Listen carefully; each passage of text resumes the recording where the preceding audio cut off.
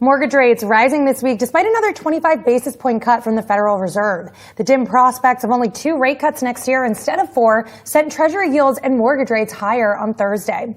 So what does this mean for your prospects of owning a home? Here with more is Sam DeBianchi LaViola, president and realtor at DeBianchi Real Estate, a Florida-based agency with properties in more than 70 countries. So Sam, mortgage rates still remain elevated. There's less expected easing from the Fed next year. What will be the trickle through there when you think about rates?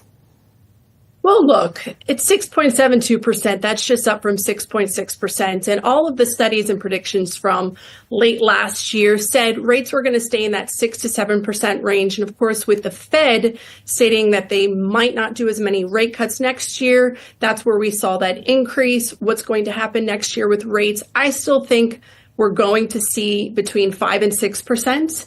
Home sales are up by 6% year over year. Home prices are also up 4% year over year to a median price point of $406,000. And what does all of this mean? It kind of, you take all of these stats and you're trying to think, how does this relate to me? What do I do? Well, a healthy, balanced market with sales and prices are increased by 3 to 5% per year. So we're actually in a very balanced and healthy market right now, but a lot of home buyers and sellers might not feel that because inventory is still tight. But what I can say is if you are ready to make that move now, the end of the year, right around the holidays, now is a really good time to jump in the market because sellers generally are a bit more negotiable. So what would be your tips then if you're someone that is looking for a home and you're shopping this weekend? So it's easier said than done when it's get your pre-approval, have the proof of funds. I see so many home buyers saying, oh, I'll get that later. It's no big deal. But when you find that property, if you aren't prepared, if you don't have that documentation and it's a great property that's priced correctly, that property is still going to go. Even though the market has slowed down slightly, the good properties that are priced correctly still sell very, very quickly and for a great price. Secondly, I would say there are Christmas miracles. Again, you can negotiate. I have clients right now where if they're looking at, let's say, $1 million price point, I'll say, you know what? Let's look at homes even up to $1.5 million because sellers will negotiate, especially if their homes have been sitting on the market for a while. People want to be done by the end of the year, even towards the beginning of the new year, because you have some people that still want to stay in their home during the holidays. So I would make some offers, wait it out if you really like that property, and maybe reapproach it again early next year.